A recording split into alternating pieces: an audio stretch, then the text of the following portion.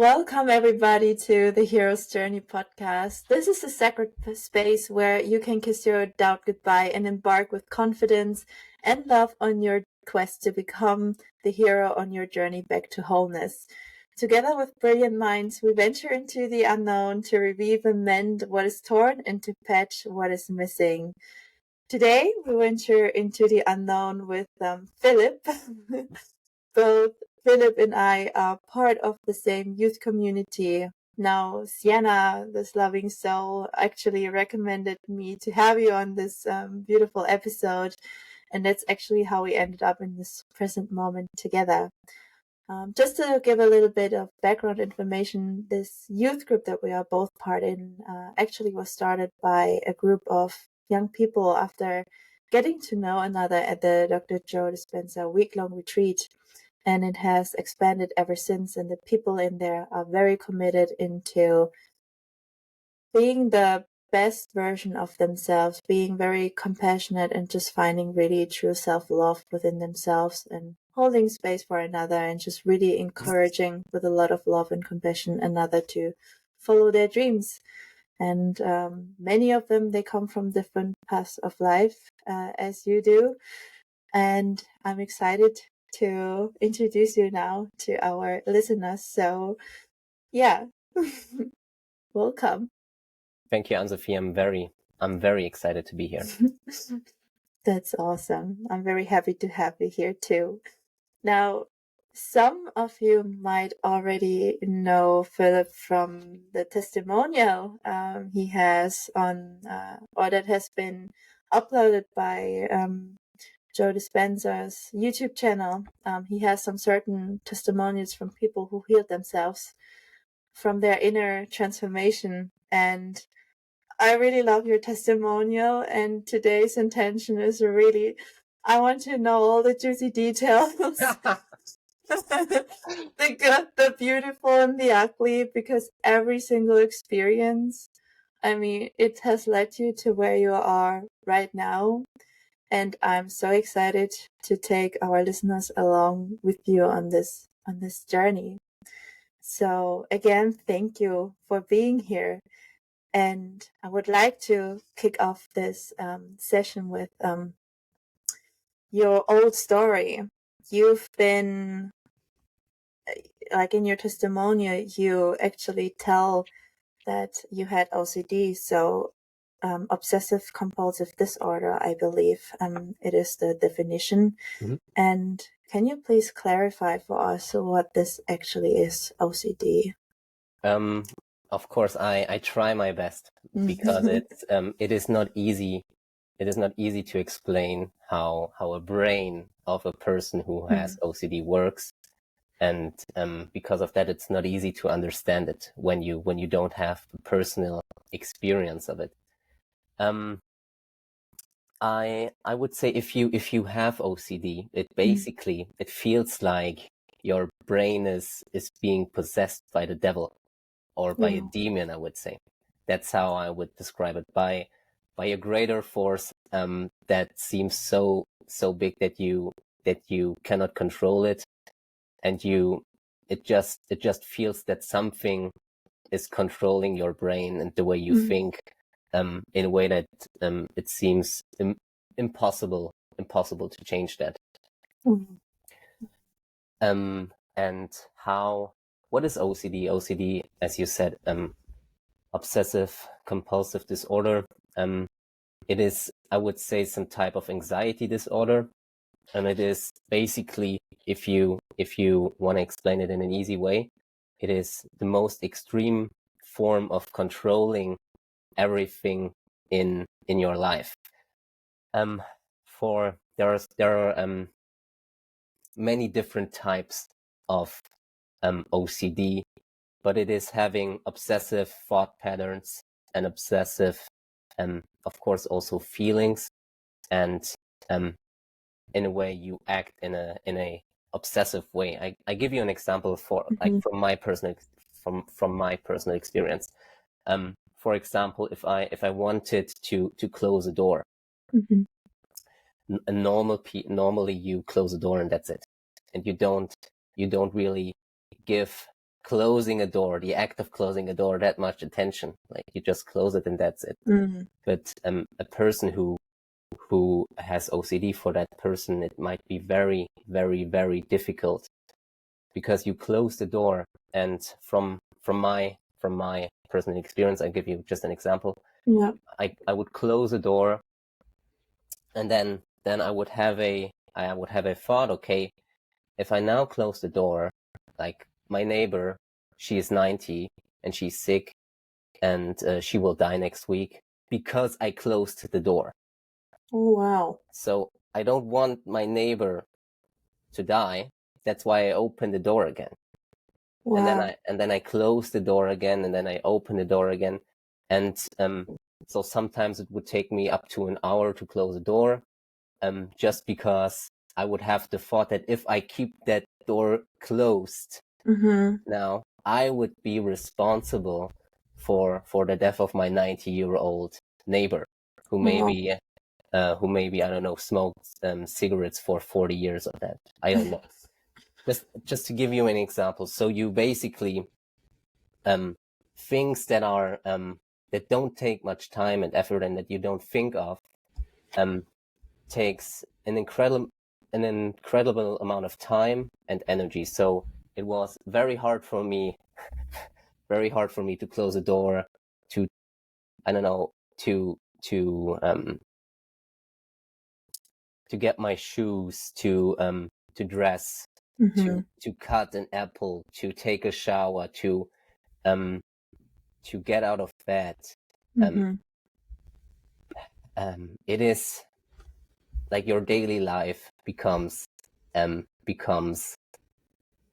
horror movie, I would say. I don't know if I could explain it well, but that's basically how OCD showed up in my life. Was there any, like you said, you had this thought when you gave this example with closing the door, were you aware that it was like a little bit illogical, or was it like trying to make a lot of sense out of it? So, okay, if I close the door, I won't hear if my neighbor is in trouble, and then she is like, because she smokes so badly, she will die, and I won't hear if anything is happening, and then I am responsible. Like, what was the conflict here? Because you opened again and then close it and open and close. The conflict is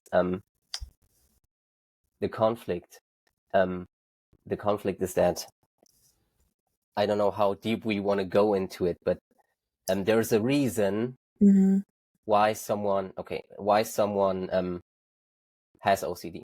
Because OCD is not nobody is born with OCD. Yeah. So underneath OCD, there's trauma. And OCD is just a way of controlling your life and making everything, it's like an escape mechanism from reality, or a coping mechanism, which helps you to survive. And you just want to control everything in your life, so some past event doesn't happen again, or you get a sense of control over your life. And that example, for example, with that door and the neighbor. Yeah. Of course, if I look now back on it, it doesn't make any sense, because me closing a door, or wearing, if I had a thought, okay, I want to wear a blue shirt or a red shirt, for example, and then if I wear the red shirt today, my neighbor will die. So there's no connection. There's no connection between me closing the door and the neighbor dying. Yeah. But if you are in that moment, you don't see that. Yeah. So you don't see that it's something that it's illogical, or that something that doesn't make sense. All right. Thank you for the clarification and for sharing that. No problem.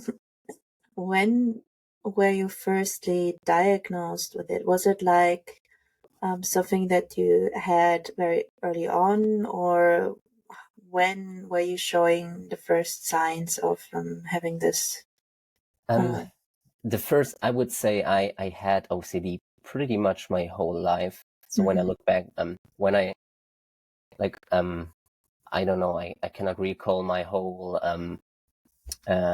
my early years, but I would say from maybe 6 years old. Yeah. I know that in those early years I already had OCD, definitely, but I never went to a doctor or something because I was a little boy and I was afraid, and maybe I was also ashamed. Definitely, I had shame around that topic, so I didn't talk to anyone. So my official diagnosis I had, I think it was 2018. So 6 years from now, but I had it basically all my life. Yeah, despite from a few years in my youth. Yeah. And I mean, that sounds very intense, like the daily life of a person who has OCD, especially emotionally. It sounds very, very draining, and it probably has affected some other areas of your life, like studies or school in general. Uh, did you have any coping mechanisms for it, or how did you manage to get through the day, basically? Oh, that's a really good question. I actually sometimes I don't even know. And draining is a good word, and it has affected. I would say every part of my life. Because you were talking about studying, for example. When you are in an exam and you're under time pressure. When I was when I had an exam in university, and then I would write down the answer to a question, and then I had my OCD moment, I would say, and then I would cross it out. I would cross the answer out because I had a bad feeling. Okay, something bad would happen if I hand that answer in, and then I would write it down again and cross it out and write it down again. So it affected definitely affected every part of my life, and it was brutal, I would say, and very hard. And I don't did I have what were my coping mechanisms? I don't know. I guess I just basically I don't know if I had one. I would just say it just got worse and worse and worse and worse until I finally couldn't handle it anymore, and that's when I started to change. Wow. When you said it got worse and worse, I think that's a lot of times with all people who have maybe some traumatic experience that they notice, especially when they get older. Like when you grow into adulthood, and you're like more responsible for your own, that it gets so worse that you really have to look within. Now, have you been to therapy, or did you try before you started to really look for deeper answers? What have you been trying out to sort of control or to get over your OCD? Okay. That's a good question. Thank you. To give the audience maybe a bit of background knowledge. The reason I had OCD is or also I had OCD in the early years is because my mom died when I was 3 years old, and which was just an experience that was just too much for me as a young child, and I couldn't handle that experience. So a normal and in a way healthy way for my younger self was to have OCD, because that hurt part of myself, or that child of when I was a child, I just couldn't handle that. So I coped with that reality by controlling my life, so something bad like this wouldn't happen again, because my mom was there, and then the next day she wasn't there. So that's why I had OCD, and I tried. What did I try? I definitely so as I said to you a few moments before, it got worse and worse. I would say I tried to escape from it and not see that I maybe have something. I have deep emotional pain. I always knew that it had to do with my mother, and that I had some problems, but I guess I wasn't ready to go within. I definitely wasn't ready to go within, but when I started to change, I did. I went to therapy, to several psychotherapists. The first psychotherapist told me that he's not able to show me how I can get free myself from OCD, but he can show me. He could show me how to live with it, but that's nothing I wanted, because I knew that there's a reality where I don't have OCD, and for the person who's listening and who maybe is in a similar situation, it is totally different if you have OCD and live with it, or if you don't have OCD. It's two different worlds. It is two different worlds, and I wanted to live in the second world, and I knew that that's possible. So I went to several psychotherapists who helped me. Yes, and it was the right thing to do, but it didn't change me, because it was still the underlying trauma and the emotion that was the reason for OCD. I also I took antidepressants. Antidepressants for a bit of a time, which also helped me, and which was also the right thing to do. But it also didn't change anything. It made me feel numb, but and it made me feel. It made me not feel my pain, which was good, but of course, it doesn't change anything in the end.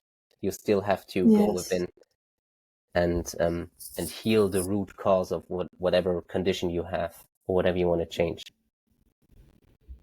Thank you so much for sharing. That sounds, for that, especially like having this so early on as a child, it sounds really brutal, because you're so vulnerable as a kid.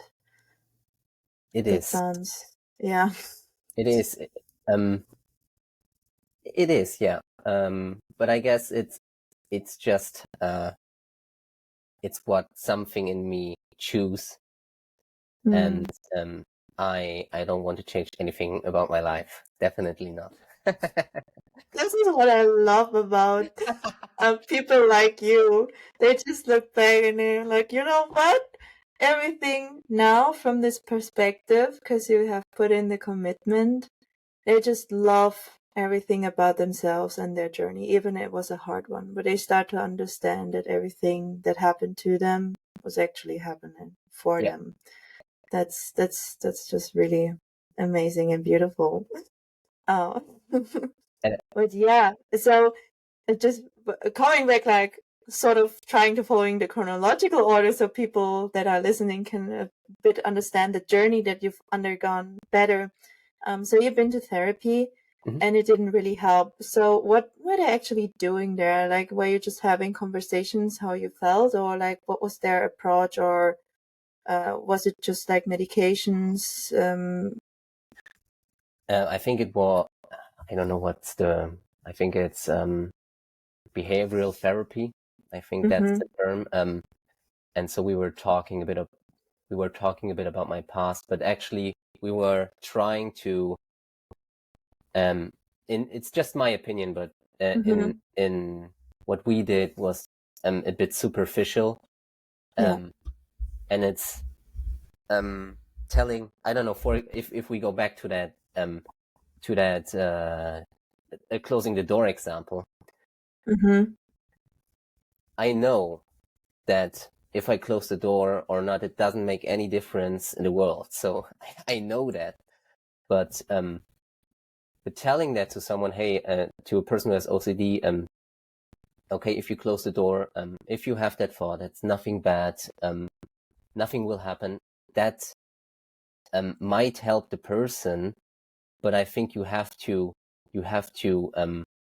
solve this challenge on a more deeper level, because it's like telling a person who feels a lot of guilt, because guilt has been a part of my story.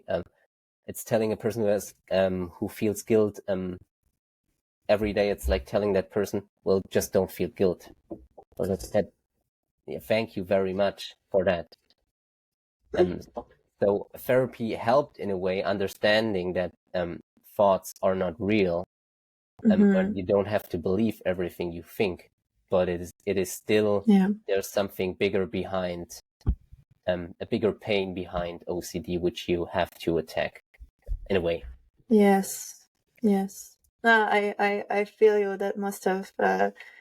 I also once been to therapy session because I had a time in my life where I had panic attacks, and then I felt so awful and I was crying all day long and I didn't know what happened to me. And the first therapist that I talked to, it was like sort of an emergency thingy. My mom arranged something through someone she knew that knew someone, and she was not a psychotherapist. She was the one that give you medications. She was not necessarily specialized in like talking therapy, and she told me just let go, and I was like,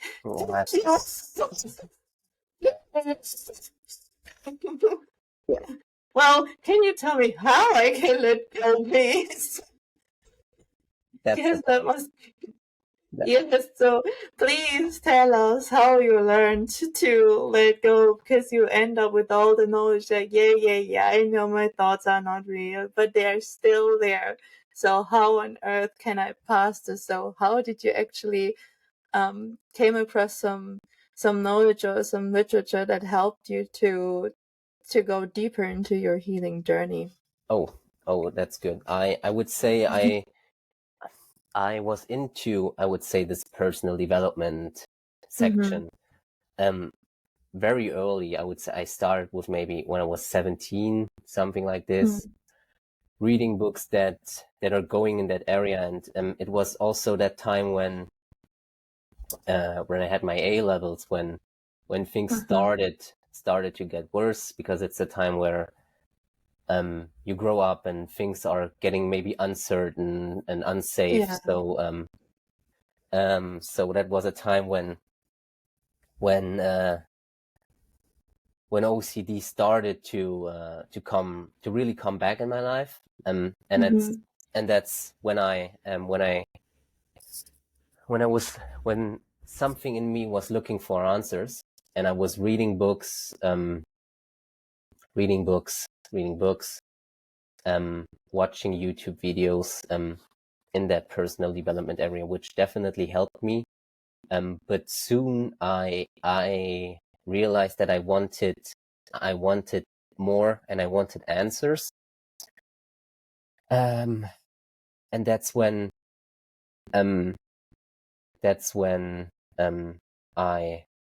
it was a time where I said to myself, okay, I will watch free videos, motivational videos that will help me. And then YouTube recommended me a video of Dr. Joe.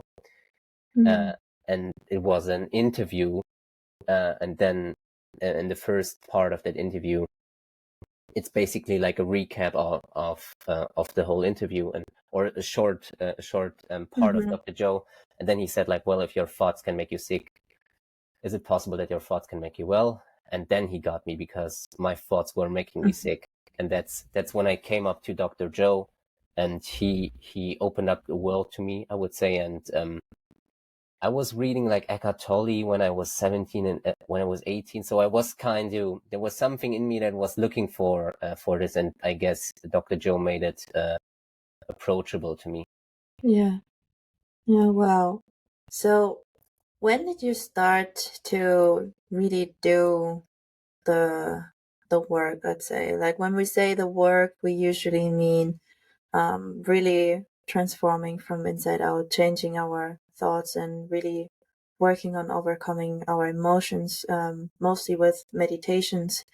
That's how we go within and we take away our attention from these emotions that have been stored in our body from traumatic experiences, and then overcoming them and overriding our brain with new thoughts and with practicing and teaching our bodies with new emotions.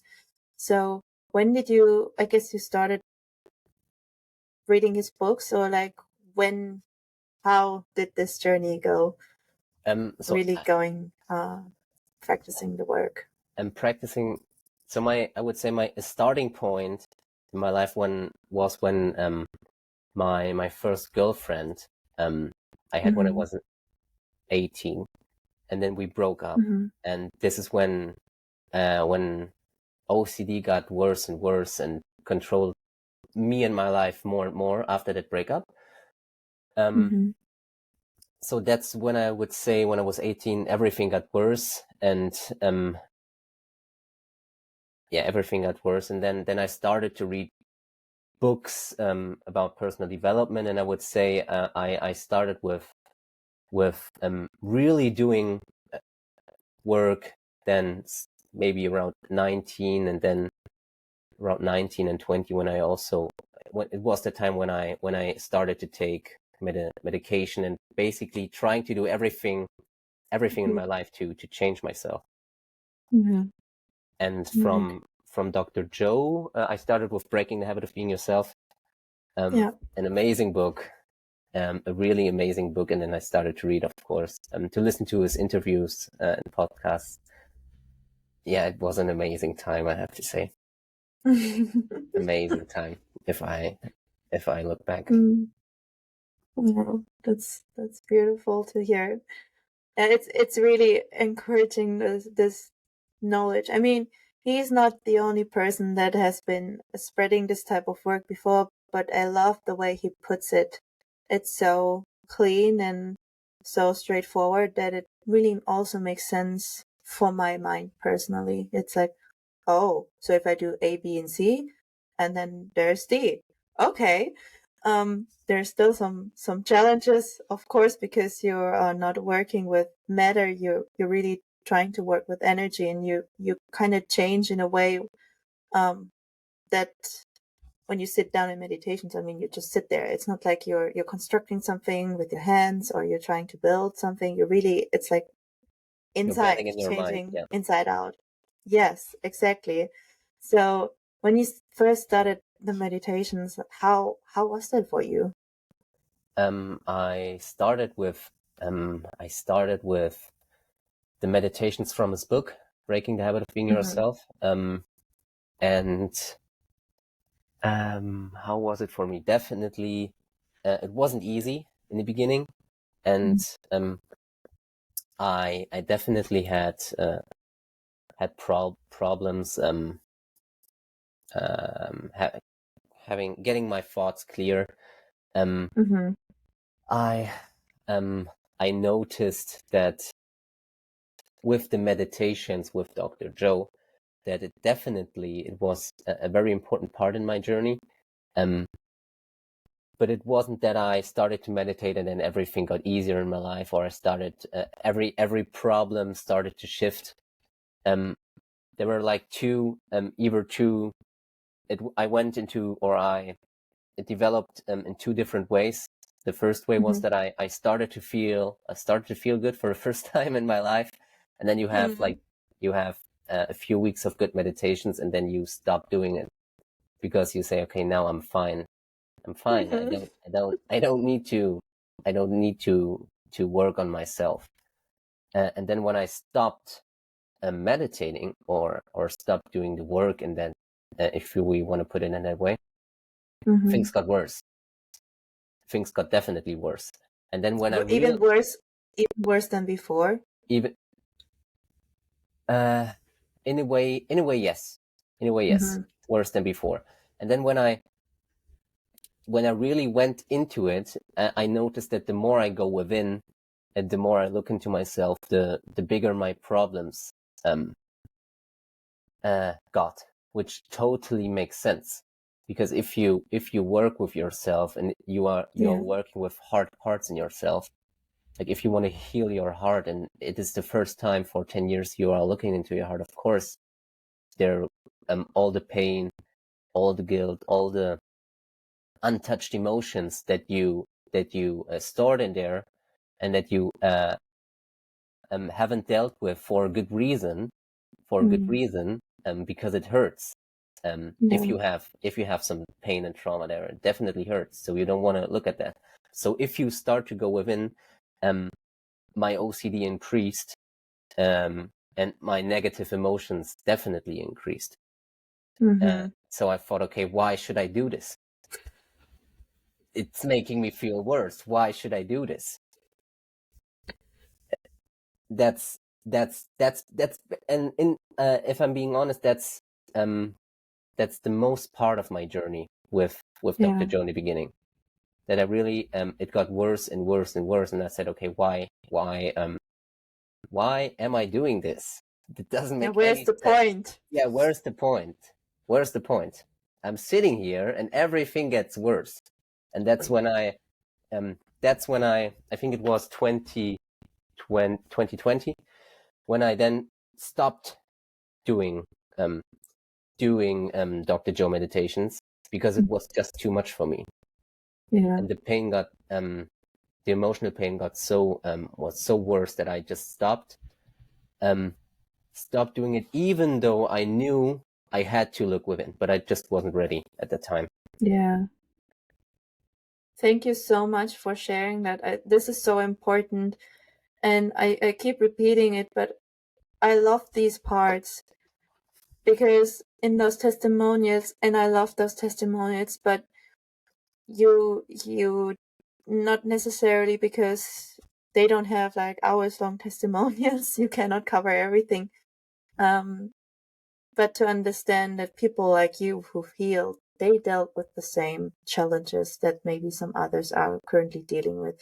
And I have the same sometimes, like I sit there and it gets worse and you're just like, why on earth should I continue doing this if it makes me feel worse? And then you're aware of this feeling even throughout the day, and you're just like, this is I'm here to actually want to get better.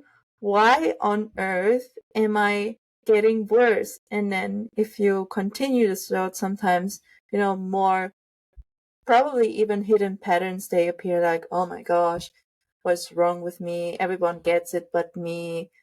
The universe hates me. My life will never be great. Like, I'm just a failure or whatnot. Like, and all these things, they come up and they are really ugly to look at. And my hope is that we talk about these things more openly, that people, if those things come up, that they are prepared, that these things are normal to come up. There is nothing wrong with you. I've personally said in meditations, and I had like so incredible intense feelings of fear, not only like emotionally, but like physically I was reacting. Like you sit there and you close your eyes and it's suddenly like, oh my gosh, I think I'm throwing up. Like, this is too much. Your body reacts to that when you want to leave the known. And so thank you so much for sharing that and for sharing this part with us. And I'm curious, like, how was it then? You said it got worse.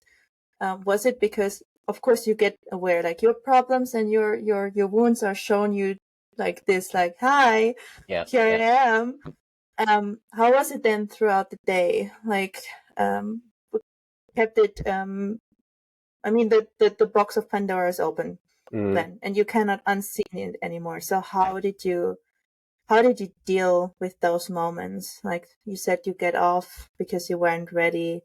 Maybe you can share a little bit of also what emotions came up for you and how you felt it in your body. Was it only in like your head, like very ugly thoughts or visuals that you were shown? Was your body aching? Were you dealing with pain? If you feel comfortable, it would be amazing if you could share that with the listeners too. There is definitely yes, the box is open and you cannot unsee it. That's, you put it in it perfectly. You've described it perfectly, because you cannot not see it, but it is just you don't want to see it. And I think I always dealt with insecurity. I always thought that insecurity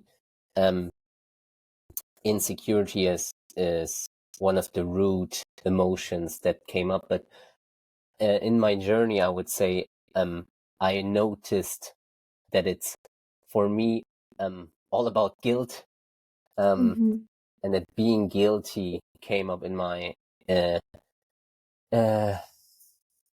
life and in my daily life. I remember that my ex-girlfriend, that she mentioned to me, like, why do I always apologize?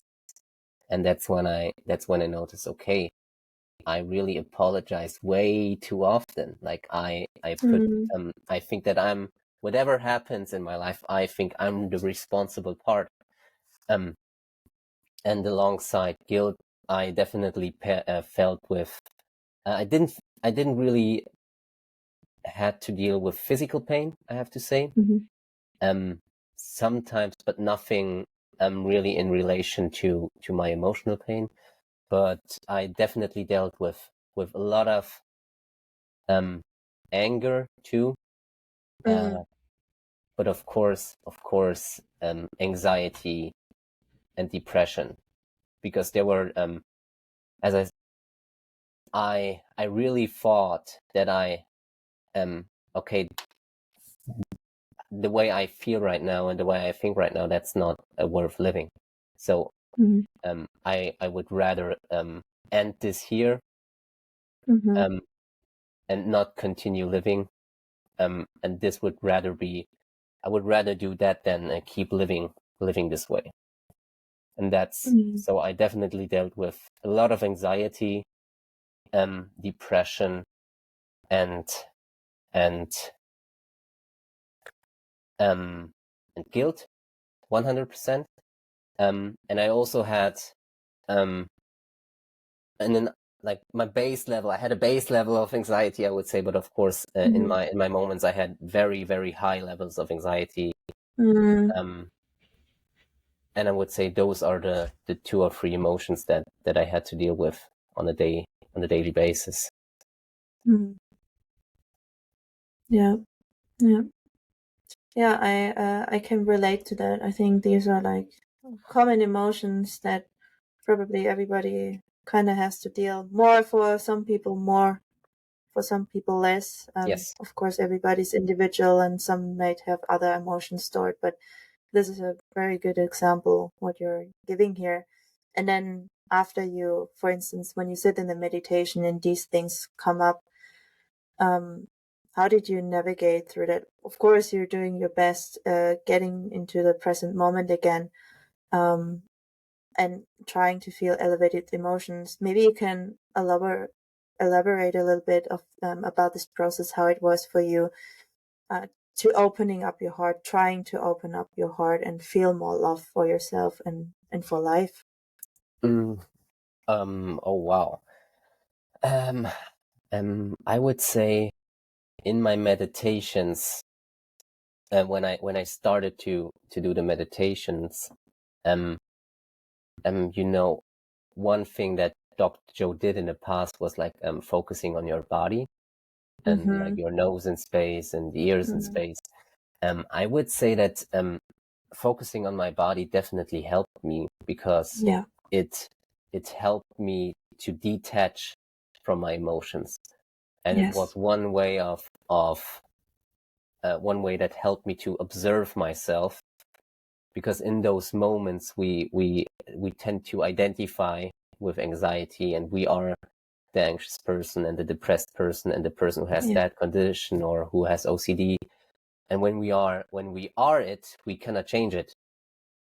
So in my meditations, which one step that helped me was definitely trying to stay present and trying to feel my body, which helped me to get in touch with my body, but it helped me to observe myself and to separate myself from anxiety and depression. And I think if you separate yourself from that, you create room for something other that can grow.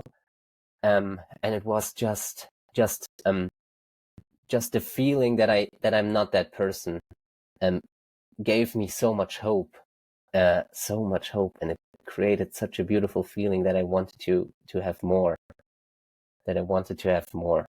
And it was very hard for me, very, very, very hard for me to open my heart, to really open my heart, because you think your heart is open, and then, I don't know, you have one experience and then your heart is open, and probably then you think your heart is open, but then you have another experience and then you said, okay, my heart was not open at all.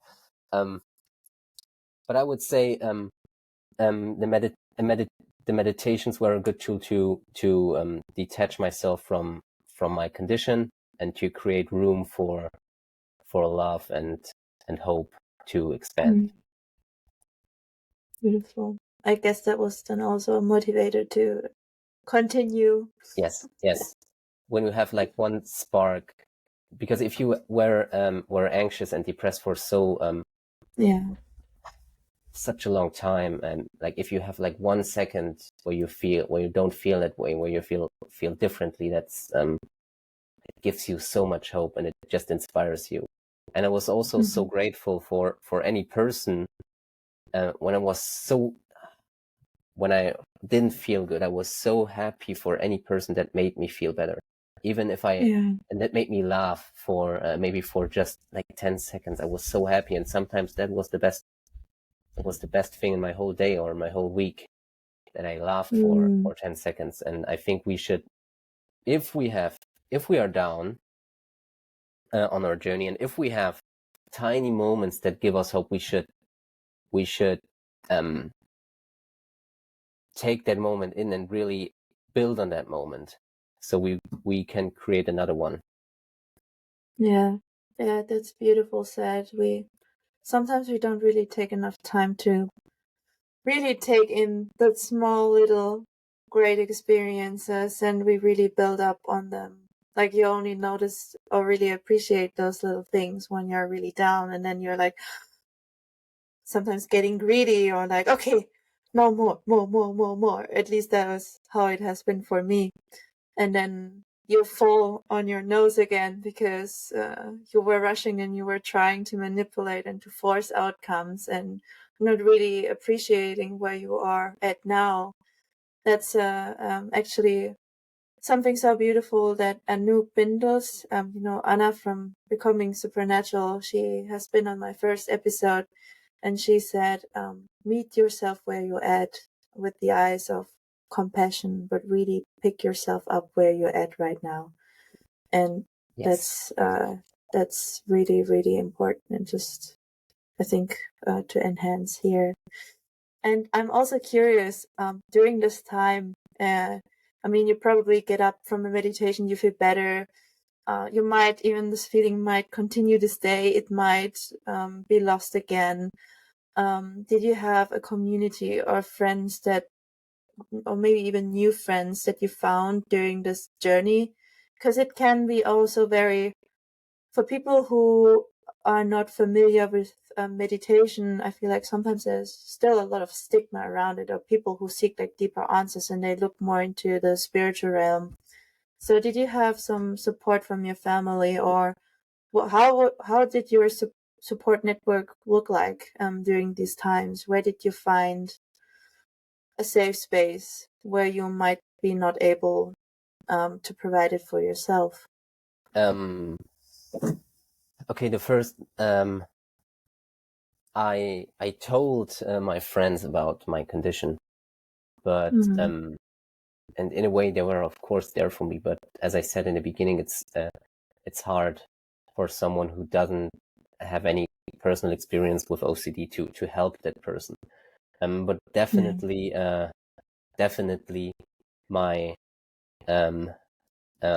my ex-girlfriend, and she definitely helped me in my own journey and hold me when I wasn't able to catch myself. Definitely. So friends and family in a way, but I also think if I know when you say that it can be hard to find a community, because something like I didn't have a community or a big safety net of friends and family who could really understand me and help me. Of course, your friends and family, they help you, but I think in the end, the greatest supporter in your life has to be yourself. Yes. And it's not, it is a lone journey. Like, you don't have to feel lonely, but in the end, it is you who chooses you, and you who have to believe in yourself. And of course, people are wonderful, and they help you and they love you, but in the end, it's always up to you. Yeah. Yeah. Thank you for enhancing that. That is a very important message. Definitely. And I mean that takes also a lot. I think the more you dive into that, you really realize that it's beautiful to have people in your life, and maybe some people who can sort of hold space for you, but at the end of the day, you're the one that has to change your inner state of being, because they cannot do it for you. It doesn't matter how experienced they are, because if you use them for making yourself feeling better, then you're not free. Yeah. Exactly. In the end, you will just use them. Yeah. And they're there for you to, like you said, to create space, but you are the person who has to change. Yeah. And that's Exactly. it. Yeah.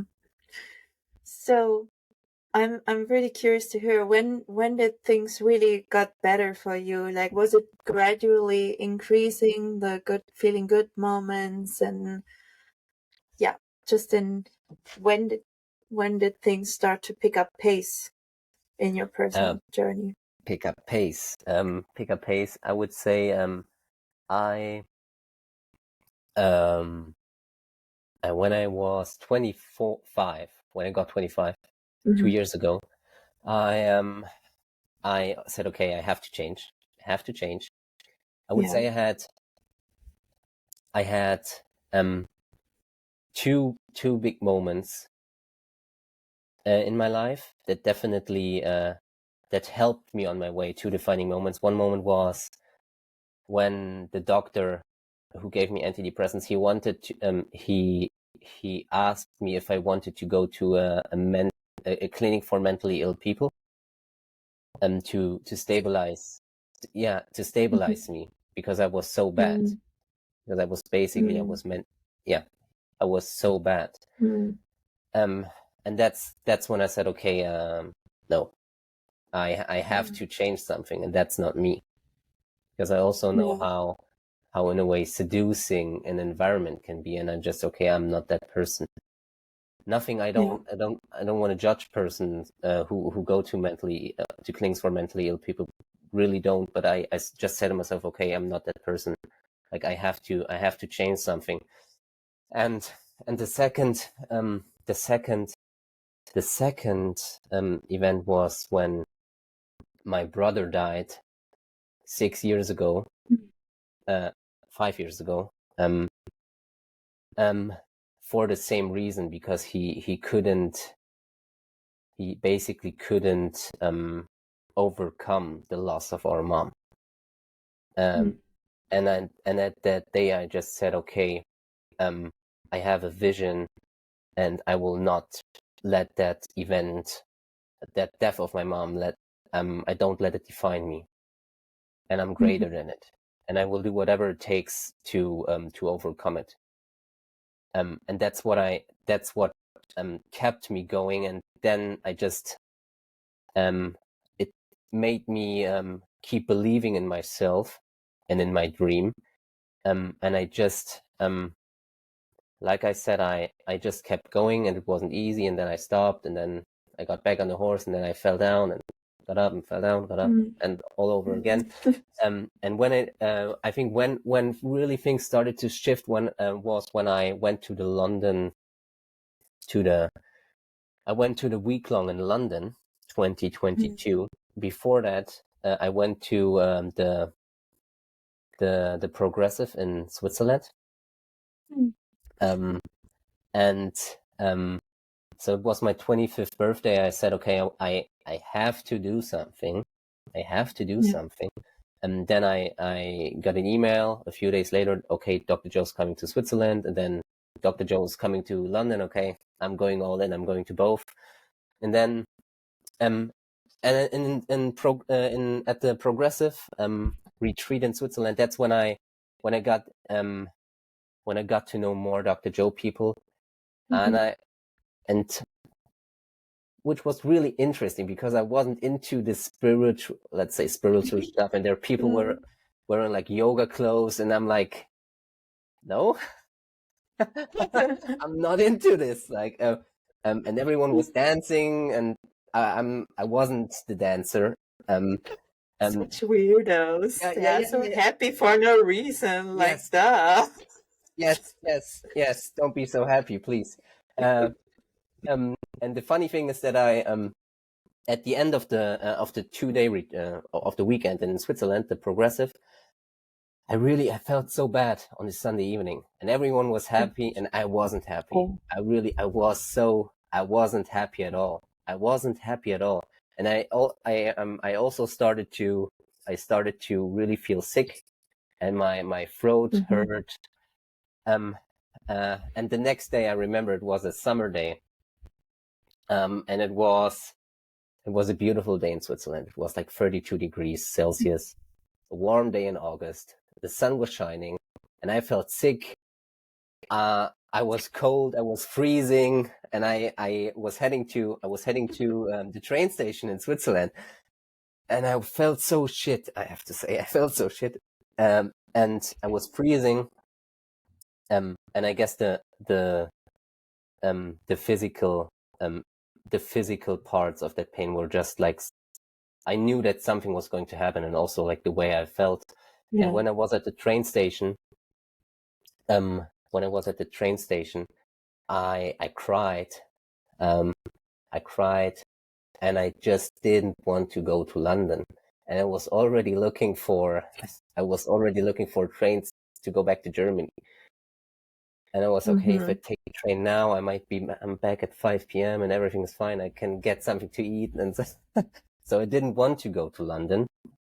Then I went. I slept a few hours, and I was better the next day. And then I went to the week long in London, which was one of the best weeks of my life. Wow. And that's where I'm very happy that you shared that. Because it can be so frustrating when you see people, they are so happy, and you sit there like, I don't get anything. Actually, I felt like crap. Like, I don't know why people are so happy. Like, I want that too. But you feel so awful because all the stuff is coming up, and you sort of understand it. At the same time, you just want to be happy and dancing around like everyone else. Like, where's the unicorns and fairies like here? I thought this was like supposed to be a cool journey. I thought this was like supposed to be this and that, and then all the crap comes up, and you just have to sit through these moments. So thank you so much for sharing this. You're welcome. I just remember there was one woman. We were in a train after the event, and she was like, "Spread the love," and she went outside and spread the love, and I was, please, no. But as you say, it is everything coming to the surface. But it is, and that's so important to talk about, because like if you go to an event or whatever it is you want to change, and you put so much meaning behind it and so much time and effort, and then the exact opposite happens. You feel bad, and you're like, why is that happening? But it's just noticing that it's part of the process, and that it's something leaving you and your body and your life.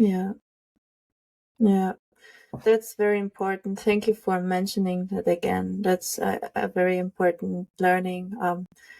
Because I had the same experience, and anybody listening out there, there's nothing wrong with you. You're doing nothing wrong. You're worthy, inside out. And if those things come up, it doesn't mean that you are regressing. It doesn't mean that you are not worthy enough. This is basically like a cleansing process. It's not necessarily like, I mean, there are nicer experiences out there, but if you can just have a lot of compassion in these moments for yourself, and just know that even like people who heal, like Philip, had these moments, like, you're just gonna be fine. Just relax into these moments, and just be kind and forgiving to yourself for whatever you feel at the moment. So thank you so much for sharing this, because that was a one learning that I personally took me a long time to overcome. After my first retreat, I was so filled with expectations and like, yes, I'm just gonna go unicorns and butterflies and everything is gonna be fine after my first week long. Like, I'm meditating all day long. Like, of course life is gonna be amazing afterwards. And this is actually but things really spiraled down for me, because I was not prepared of what Pandora's box has opened, and I looked inside and I was shocked what I saw within, or what I felt, the emotions that were even louder after this event came up. It was shocking to me, and I was I forgot everything that I learned. I'm gonna completely honest. It was so intense that I just like, I don't know where it's left and right, back and forth, and it took me quite some months to get over it. So just for the people outside there, if you struggle, you're highly likely you're doing something extremely right. So don't worry about that. We've all been there. So yeah. But thank you for sharing that. And then I'm curious. You said the London week was the best one in your life, and how were things after? Or like, what happened at London, and how were things after the retreat in London? The London the week in London was one of the best weeks in my life. Not because of the meditations. I didn't have good meditations. No, not really. I remember the second day you know, when you're at the Dr. Joe retreat and he says nothing like 100,000 times, and you're sitting there and you are aware of everything but nothing, like, and you have a headache and you're tired and you're hungry. So I was so mad at him, and I really didn't have good meditations, but I met beautiful people, and I think that's beautiful about those retreats that I had, that you meet like-minded people who are on their journey, but who share the journey with you, and you can meet beautiful people. And I have to say, I met persons there, people there, and I made friends with them, even though I just met them for a few times, and I'm still in contact with them. So I made great bonds and great connections in that week. So that's beautiful. And the second thing was that I had the blessing of being a healee, in for coherence healing, which was beautiful, and definitely one life-changing moment, which I'm very grateful for, and I will be forever grateful for these moments I had. And I can talk about the coherence healings if you want to. Yes, please go ahead. Okay. I would love to hear it all. I guess there's something to learn there, because in the second healing, in the first healing, I went into the first healing and nothing happened, in a way, because I was so, I expected something to happen. I expected something to happen, so I contracted, and I really didn't let go. So one funny thing is that I met Brian Rose, who runs a podcast, or he does several things, but who runs a podcast, and he also did a few interviews with Dr. Joe, and I met him there, and I just had the thought, okay, it would be amazing if he was my healer. And then it turns out that in my first healing, he was my healer. So this was amazing, and also another beautiful and wonderful woman I met, and she was also my healer in my first healing. But I really, the first healing, I was very afraid, and nothing happened. So my friends, actually, after that healing, they talked to me and they said, okay, you look so afraid. I really could, they could see that I was afraid, and they talked to me and they said, okay, you have to loosen up. And then, so I went, so they definitely helped me to change my mood, to change my mood, and my energy for the second healing. So I went into that second healing as if I was already healed, and that's when I had the most profound experience, because I went with that energy into the healing, and I remember lying down there and just forgiving myself and forgiving every person in my life, and really having a moment where I just let go, really, I think it was the first time in my life where I didn't do anything. I didn't do anything in that healing. Nothing. I really did nothing. I just lay down. I was laying down there and did nothing. So that I could so that I let life happen, in a way, and let me be loved into life.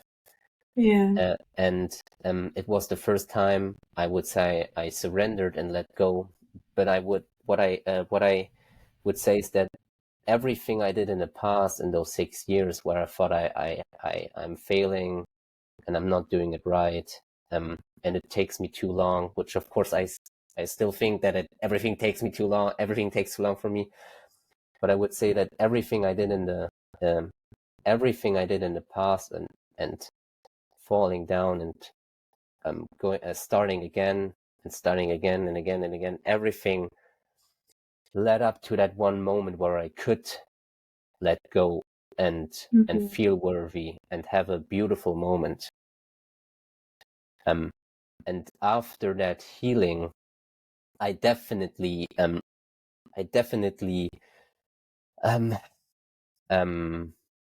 felt immediately benefits in my health. I felt love in incredible amounts, and that's when I also first experienced again a state where I don't have OCD, because I could let go of that person that is still hurt in me, and just surrender. And I think everything I did, I think everything I did in my life led me, was leading me to that moment. But I also I know that many, especially I think in the Dr. Joe community, many people want to have a moment like this. They want to have a big moment where life is different the next moment afterwards, or from that on everything is different. I don't, and Dr. Joe says the same. I don't believe that you have to have such a moment. I think you can, there are a person who change like this, but there are also persons who change in a more, I don't know, like, you know what I want to say, in a way that's more, that you can like a integrate maybe linear or like gradually. yes, gradually increasing your health. Yeah. So I don't, so if I want to talk about the healings, it was definitely letting go that helped me, feeling worthy by showing up for myself in the past years. But I also don't think you have to have such a, you have to have such a big moment. There's no, I don't think you have to have. Yeah. Yeah. There's like no right or wrong in this Yes. journey. Exactly. Exactly. Yeah. Thank you so much again for sharing all of that, because it really answers a lot of insecurities that many people have. You sharing all of this in more detail, like you being even afraid of receiving the first healing, and then just really being able to let go in the second one, and then actually being able to receive all of that healing energy and just life in general. Thank you very much for sharing that with us. Thank you. I'm pretty sure it will help a lot of people who are in the journey, because sometimes you don't really get to hear, or sometimes when we are in our journey, we don't really want to share these moments because we don't want to call it up again, we don't want to react, or we don't want to be triggered, or we think, oh, I need to get over it. But you sharing this is so valuable for so many people, because then they can, I believe, find more compassion for themselves and seeing, okay, he has been there too. So if he can, then I can do too. So thank you very much. Thank you. And how has been life then afterwards? Like you said, you noticed, like you're a new person. Um, like, do you keep yourself in check, or do you just continue opening up? Maybe you could tell us a little bit where you're right now in your journey. I'm definitely a different person. I notice, like,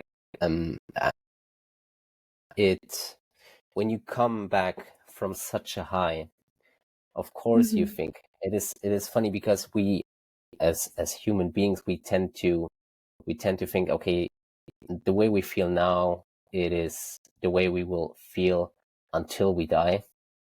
And we will, so if we feel bad, we think we will always feel bad. And if we have a high and we feel love, and when we are happy, like you said, we think, okay, life will be amazing, and life is so easy. And of course life is, why did I be sad, or life is just amazing. And of course it is. But just note, after that event, of course I thought, okay, I figured everything out. I thought I played life until the last, like the last challenge of life, and now I'm done now. Like, I'm 25. You can't teach me anything. Which is so funny if you think about it. And then of course you still have you still have challenges, and then you fall back into your old self, and then you get back again, and then you just continue your journey on healing and becoming the person you truly are. But after that event, what it did for me, I would say, is that it helped me open my heart, and it just opened a world of life to me. So after the event, I definitely feel I'm definitely changed. I made beautiful connections to many people. I check in with myself almost daily, or I check in with myself daily, sometimes more, sometimes less. But I definitely, I try to connect to myself every day. So if you have that big moment or that beautiful experience or week, that's not the end. That's the beginning. And you still have to. It's what you do with that. So the journey goes on. And if you don't, if you stop believing in yourself, and if you stop believing in yourself, and if you stop choosing in yourself, you will fall back. Of course, just makes sense. Yeah. Thank you for the reminder and for sharing this lesson. It's actually funny because it's part of the hero's journey. Like it's actually the high, or like the when the hero defeats whatever the opponent or overcomes the impossible, then he still has to go back, and that's like a journey in itself. It is a journey in itself. Yeah, like integrating all of that, and then yeah, just also for some people, for instance, if I remember correctly, the Buddha, he has tasted the fruit of the divine more or less, and he's like, you know what, why should I even go back? Like I could just stay here in my safe place, or like my feel good place. Like why should I go back to my daily routine, or like to people or to this world?